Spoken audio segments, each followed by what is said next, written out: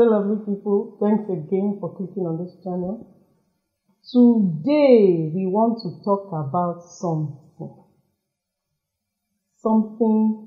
important. Something that most teenagers complain about so much. And we're tired of hearing it. It's simple. Respect. Yes, respect. I know people will go like, what? Respect. It's those rude people. Yes, those rude teenagers that cannot respect adults. Tell them. But yes, everybody, we have our own inside it. And we will be hearing. Example. Okay, first of all, what's respect? If we're supposed to be even going deep into it. Respect is simply regard. Regard for one's space, one's opinion, one's suggestion. Just respect. Have regard for me. I am a person.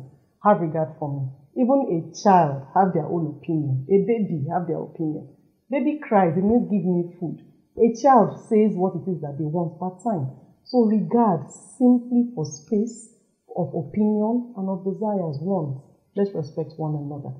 For example now, if God has blessed you, you have a big house or you have a room to yourself where your teenagers have their own room. Boys have their room, girls have their room. It's good, the Lord has blessed you. But then why do you want to just barge into a teenager's room and you just enter just like that without knocking, without saying anything? You just want to open the door and you just enter.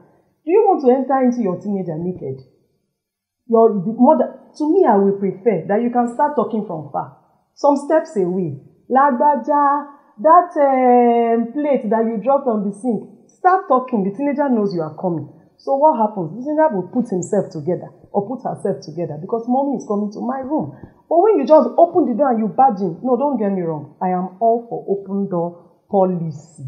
That door should be left wide open per time so that you know what is going on behind the door. So no locking of door, no closing of door, open the door. But please, give your child a little bit of respect. Then you enter the room, you see plate on the bed. You see, teenagers, you say sometimes they your body. You will see plates lying down, plate. I know, this plate is eba plate. We ate this eba. When we Thursday, today, Saturday, you have left this eba plate. Jesus, you will not kill me. And you go on and on and on. And the child is just saying, it's my room, it's my space. Leave me alone. Yes, teenagers, why do you have dirty plates and dirty clothes lying up and down? It is your parents' roof. It is their bill. It is their house. So come to a compromise. Nobody says you should sweep and clean your room every day, even though that should be the norm. But yes, face reality. They have to go to school in the morning. They have to do stuff and all of that. They are busy. But then, can we try to arrange our rooms like 3 times a week? Come to that compromise. Don't tell me cleaning is not your thing. It's your thing. In fact, it's your talent. It will become your hobby. You will clean for life. Clean that room. Make it clean. Make it presentable. Then, you also have things like this happening. A child, time to fill jam form. What do you want to study in future? The child says, football. Or say, I want to be a dancer. And the parents say, go. And you're like, but that is what I want to do in life. And then the parents say, that cannot happen in my house. Not in my house. And you are wondering, Daddy, Mommy, it's not you that want to study it. It's me that want to study it. And parents say, but it's my money that we pay for it. Abi? So yes, we understand all of that.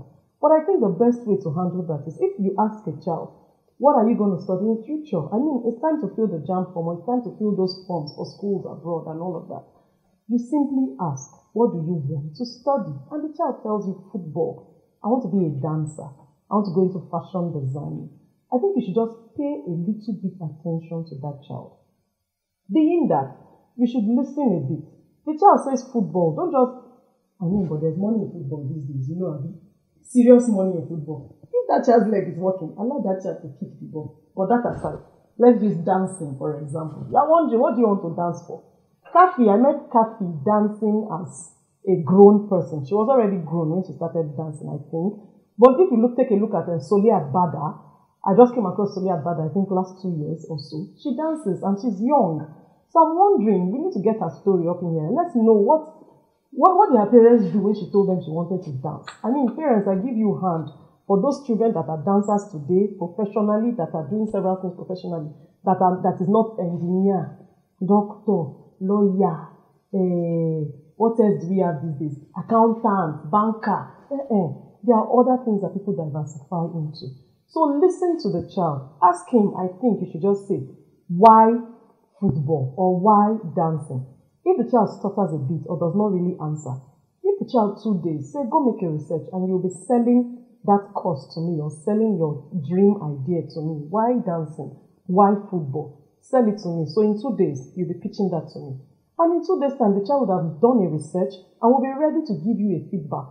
Why? So you too, you can also tell the child, if it's football, you can simply say to the child, after the child has finished talking and all the pros and cons and all of that, you can chip in also and say, but you know that once that leg goes, it's gone. God forbid, but should anything happen to that leg, it's gone. So have something else on the side. What do you want to do else on the side? What other talents do you have? So that while you are learning, going to football academy, you can also be learning that also on the side. So that things like that could keep you going where should anything occur. So to me, I think that is the way to find a balance. So instead of making the child unhappy and then the parent too is unhappy, find the middle ground. It goes a long way. So respect their space, one, we said. Then respect their opinion. It's their choice, what they want to do. Respect it. Then you find people too. Once upon a time, I was in a hall, and then children were seated, of course, teenagers, and then you had a man come in and say, hey, it's you. Hey, you, it's you, I'm going to stand up from there. And I actually just looked. The child obeyed. The child, first of all, gave the normal look. You know how a teenager will look at you as in. And then looked back, picked his papers gradually, of course, taking his time. Then finally got up, and then the adult sat down. To me, I think that's rude. I'm sorry, my opinion, but I think that's rude. Yes, you are older than that child. Yes, he's going to get up for you. But I think there's a better way to say it, or there's a better way to do it. Never address people in that manner. Should I address you like that, sir? And you, sir, will you take it? If I call, yes, sir, get up from there. Will you get up? Won't you even say that I'm very rude for addressing you that way? So you should address people the way you want to be addressed. If you don't want a teenager to talk to you in that, to ever stand up to you, then don't put yourself in that position where a teenager is standing up to you. And really, teenagers, what gets into your head when you are shouting at an adult? I try my best to contain it, to try to understand it. No matter what it is that happened, you have no right to shout at a teenager. You have no right, or rather at an adult, you have no right to even exchange punches. Not to even talk of exchanging words. Now you will be fighting with an adult. How do you get to that point? And please, adults, never get to that position where you are fighting with a teenager. How do we ever get there? How do we ever get there? So respecting each other's space, I think, solves all of that. So no banting, no ranting, just plain respect for one another. It goes a long way. So you too, teenagers, the Lord has blessed you. In your house, you have a cook, you have a driver, you have a laundryman, you have a, what are they calling? You have a nanny, you have that people that used to take care of flowers, gardener, you have everything in your house. For once, you have never appreciated these people. You don't know how to say thank you. Your mouth is heavy. You cannot talk thank you. They cook you food, they give you food to eat. You eat the food, you cannot wash plate. You just go, you drop the plate. Say thank you. Thank you from time to time. You cannot kill anybody. Excuse me, please. Thank you. Pardon me. What are those things? 5 magic words. Learn to use them. It goes a long way. To me, it's like the topping, the icing on the cake. That's the first thing people see about you. That's the first impression I have about you as a teenager. So try to be nice. Try to be nice. Say thank you. Use these words. It doesn't kill anybody. It goes a long way.